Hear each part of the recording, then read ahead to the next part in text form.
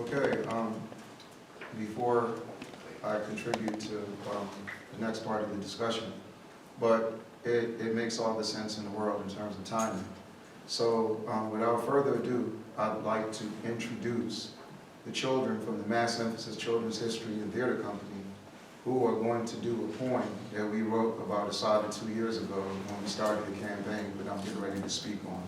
So it is my honor to present Anuli and Onyiye Anyabuke and August Mitchell. Come forward.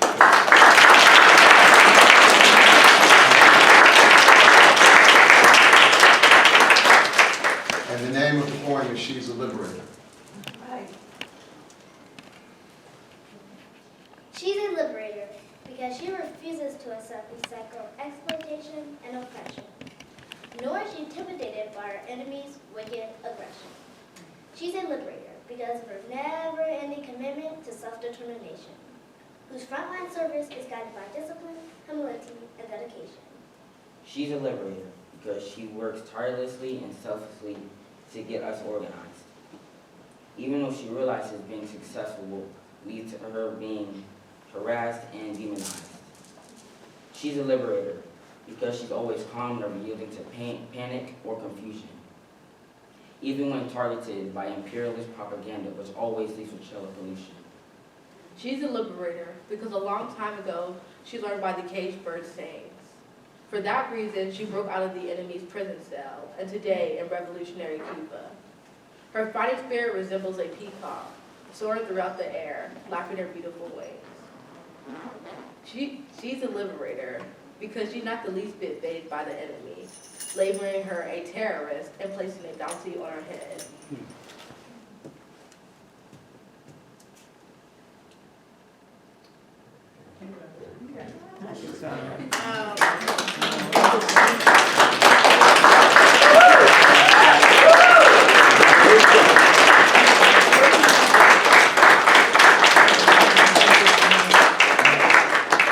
Okay. Thank you, guys. Thank you.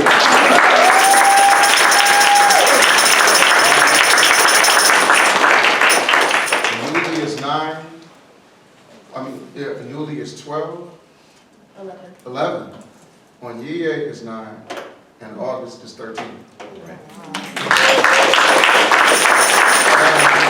And the Mass Emphasis Children's History and Theater Company, we did the first children's play about Cuban doctors 15 years ago, and Amoa Salam was in the play. Amoa Salam, when he was 13, is the youngest photographer in the National Newspaper Publishers Association's newspaper. For those of you who don't know what that is, that's the 200 newspapers that we own and control within the borders of North America. And we are joined by Sam Collins, one of the best young journalists on the line.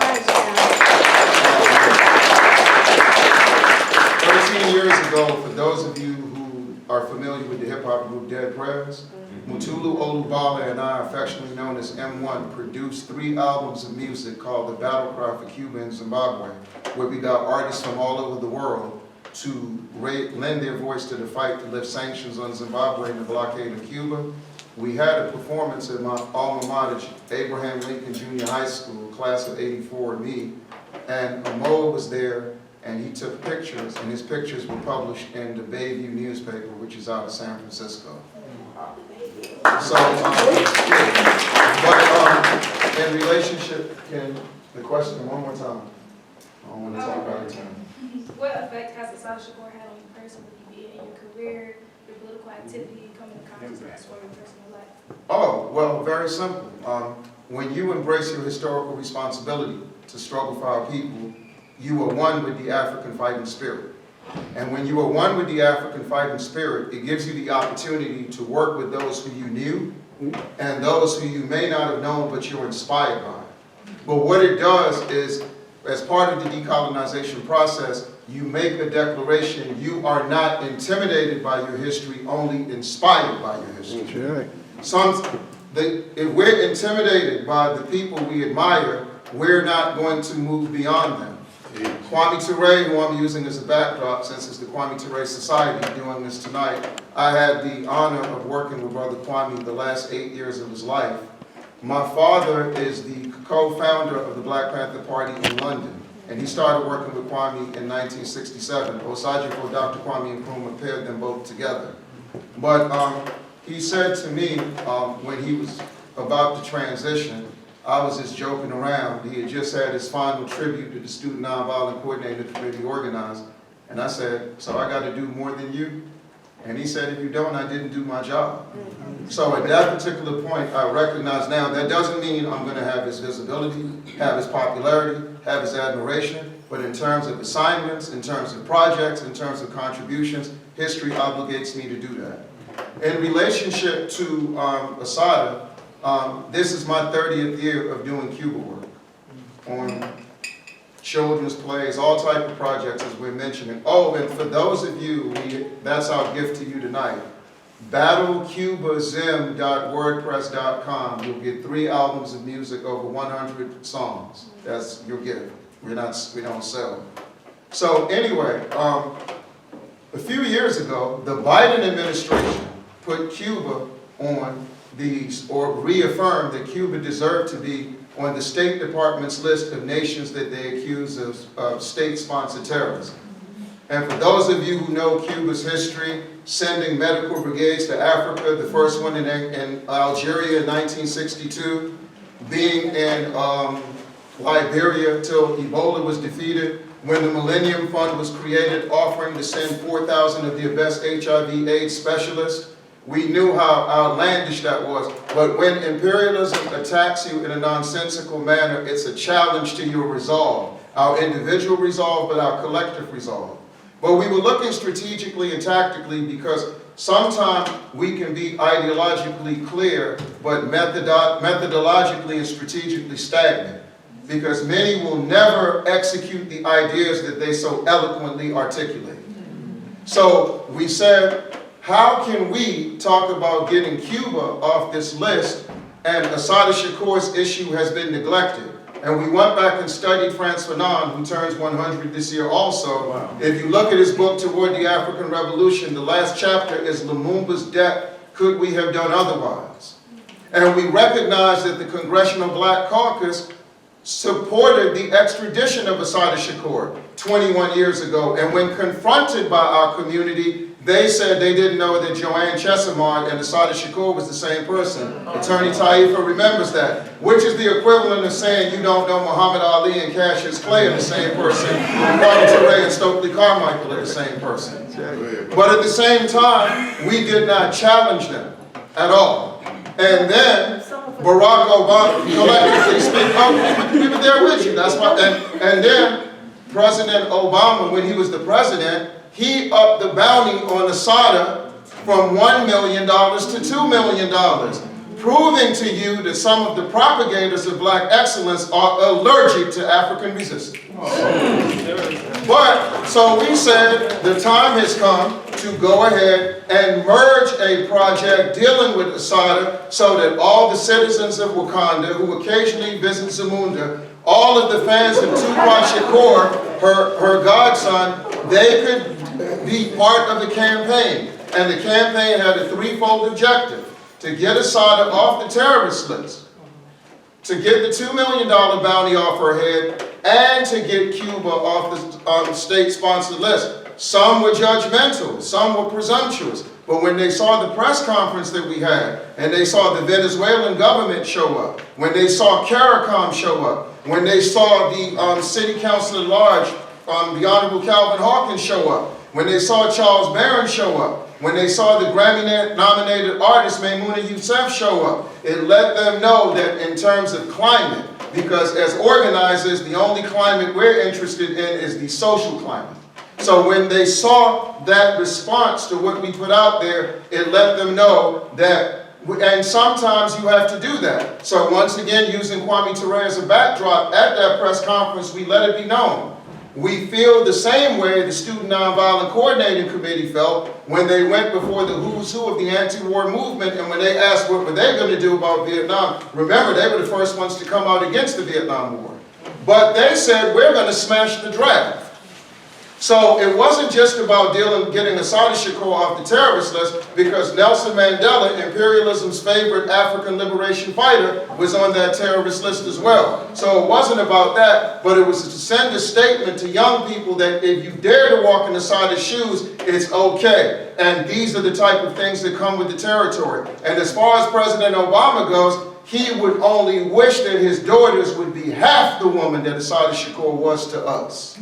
But moving forward in terms, but we've had to adjust. Then the way we met Delaney and Latrice is on July 30th, following the July 26th celebrations for the Cuban Revolution, we launched a project called the Assata Shakur Pauline Lumumba Project, which is a healthcare project to begin to do work on the ground with Cuban doctors in Africa. I'm the External Relations Officer of the Zimbabwe-Cuba Friendship Association. If you know the history between Zimbabwe and Cuba, you know that in 1986, from 1986 to 1996, Zimbabwe sent 3,000 teachers to Cuba. They were trained in a place called the Isle of Youth, and they became the backbone of an educational system that boasts a 97% literacy rate today.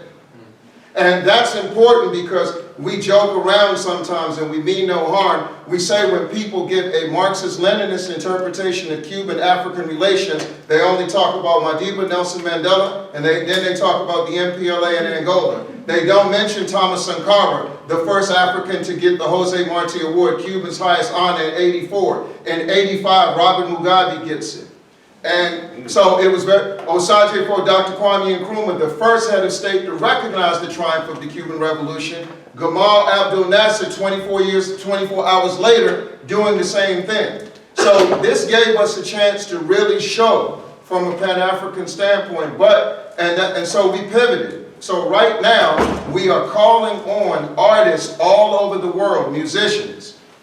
We're doing an album in tribute to Assata Shakur and Pauline Lumumba for the purpose of promoting that project. And the countries that we have targeted are Burkina Faso,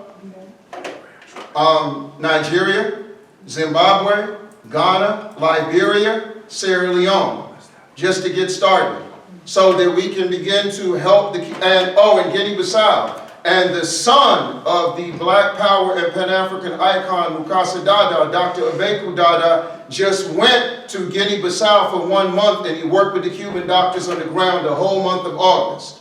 So we are calling on you as young people to lend your support to that project. But for children that you know, your younger brothers, your younger sisters, if they are artistically gifted, if they can draw, if they can paint, starting in July 30th, the children in Mass Emphasis have already started drawing portraits of the Cuban doctors in action. In Assata's name, in Pauline Lumumba's name. And next year, on July 26th, we're going to introduce a Pan-African collage of African youth doing an artistic tribute to them in Assata's name and Pauline Lumumba's name. And then we talked about the music. So for us, it was looking at ways that we can talk about how we can do the work, and not the least bit intimidated of what comes with the territory, because I was under FBI investigation 21 years ago for simply taking people to the Cuban, then it was the intersection before it came an embassy. And they said his name is showing up too much, and they went to my old job at Bowie State University, went to every place on the university that I interacted with. So they went to the political science department, history and government, behavioral sciences, asking about my profile. But guess what? It was a campus police officer that called me and told me that they had came and inquired about me. Growing up in the streets of DC, me and my brother Supreme back there, we used to call people like that rent-a-pigs. So the fact that a rent-a-pig told us that the FBI was on our tail, how can you beat that? But that comes with the territory. And I stress that to you students here at Howard University, because I couldn't help but think that right across the hall was the Ralph Bunche Center. And I remember 21 years ago when we got the American Medical Studies Student Association to do a program on Cuba's offer to eradicate AIDS in Africa. Comandante Fidel Castro said if the money was available, he would send Cuba's best AIDS specialists to Africa, and they would remain in Africa till AIDS was defeated, because he referred to their doctors as Cuba's greatest army. And those students, they could not get a building for you Howard students, y'all, I'm going to speak your language. They couldn't get a room in the valley. in the chemistry building or biology building, but conveniently, the main hall in the Bunch Center was available. So basically, they recorded us. So, and if you know how the beautiful thing about Howard is it represents the full spectrum of African thought. You can get on a campus shuttle bus where outside the bus they take pride in being the #1 recruiter for the Peace Corps. And as you know, the only difference between the Peace Corps and the CIA is the difference between the White Citizens Council and Ku Klux Klan. So this, and if you go in the Bunch Center, this is Charles Rangel, a Democrat, that is his brainchild. And he said there's a disparity in public policy, but let's make that in simple language. He's saying he wants you to be Susan Rice instead of Assata Shakur, Condoleezza Rice instead of Assata Shakur, Linda Thomas Greenfield instead of Assata Shakur. You understand what I'm saying? So this is what we're saying. So this represents cultural warfare. You have to choose your path. And we came up on this campus at a time where Colin Powell was on the board of trustees on this campus. I'm a journalist. I was the first U.S. correspondent of Zimbabwe's national newspaper. I wrote for 13 years, over 400 articles done. But the first time I ever had an article published was in the Hilltop. And it was about the Buffalo Soldier, whether it was a hero or disgrace to African culture. Because Colin Powell used his position at Howard to put ROTCs back on every HBCU in this country. So when you talk about, we talk about the police, military, industrial intelligence police complex, and thank you so much for bringing it up. I'm going to tell you straight up. You protest, we protested, they recruit. They recruit. And there are more Africans in the police force today than ever before since the George Floyd protest. They protest, you recruit. So while we come in, people marched about the Colin Powell wannabe, what's his name, Michael Langley, threatening Ibrahim Traore in Burkina Faso. But what difference does it make if your younger brothers, your younger sisters join up with the U.S. military? What difference does it make if you go into the State Department, go into the CIA, go into a corporation that is part of the intelligence apparatus, become a journalist for a magazine that has memorandums of understanding with the Mossad? This is what we're talking about. So Assata Shakur can be a backdrop for that. And as far as the FBI watching us, the CIA watching us, all I will say is that's the one thing we have in common, because we're watching you too. And we have arrived at the conclusion that the world isn't big enough for the both of us. It's either us or you. Let's see how that turns out.